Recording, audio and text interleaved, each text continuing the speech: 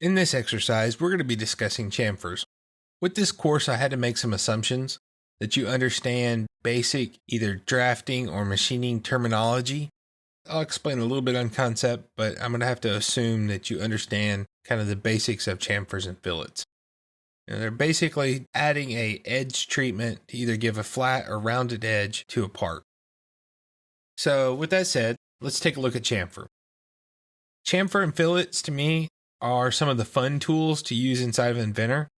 They're super easy to use, they're super powerful, and I just have a good time using them. I think they're really fun tools. Growing up on the board in school and then doing 2D drafting for years, having to manually go in and create all these was always a pain in the butt. But with Inventor, it's very easy to use and a very powerful tool. So let's get started looking at these.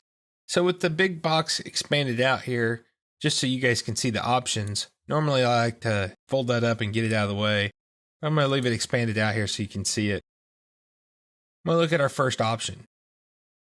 Our first option over here is how we control the size of our chamfer. Right now we're set to single distance. What that means is we're going to have a 1/4 inch chamfer at a 45-degree angle. It's going to put a 0.25 this way and 0.25 this way equally all the time. The next option we have is distance angle. So if I select the top face and then select the edge, what this allows you to do is kind of have this biased offset and get you kind of a different appearance.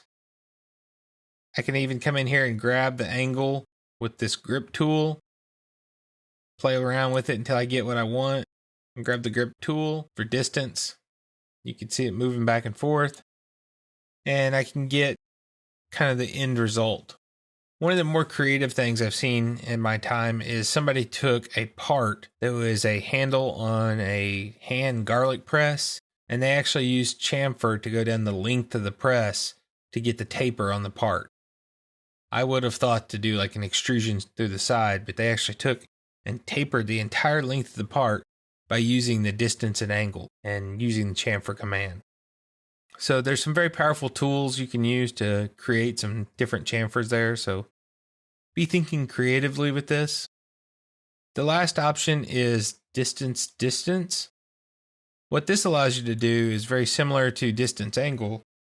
So you can have the bias. You can have two different distances. You can play with them a little bit and get what you want it to look like. And there's no rules on how you can use these. Now with the distance angle and distance, you can only do one chamfer at a time. You get done, you hit the little plus sign that applies it. You come over here to this other side. You can apply it to that side. And you're done with the command one at a time. If you go just to the regular distance and you select edges, we can select more than one edge at a time. We can actually have 3 intersecting edges. With that, we have the option of how we want those intersecting edges to look. So for an any, so to speak, I want it to go in.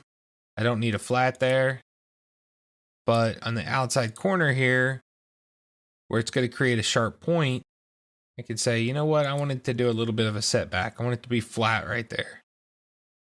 So you can see that it's a very powerful tool to use, and it gives you the ability to quickly add these chamfers without any problems. So with that being said, I'm going to jump over here to the hands-on part of this.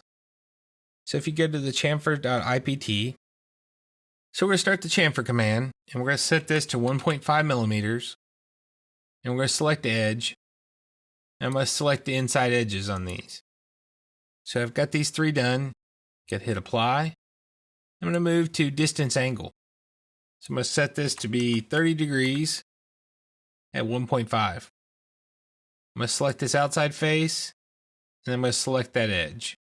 Going to hit apply, and then I'm going to change it to, let's change it to 60 in 1 millimeter. My face, I'm going to pick the top face, and then I'm going to pick the outside rings of these extrusions here, and hit OK. When it's all said and done, you should have a part that looks something like this. I'm not going to save the after because it's pretty straightforward, and I think you guys understand how to use it.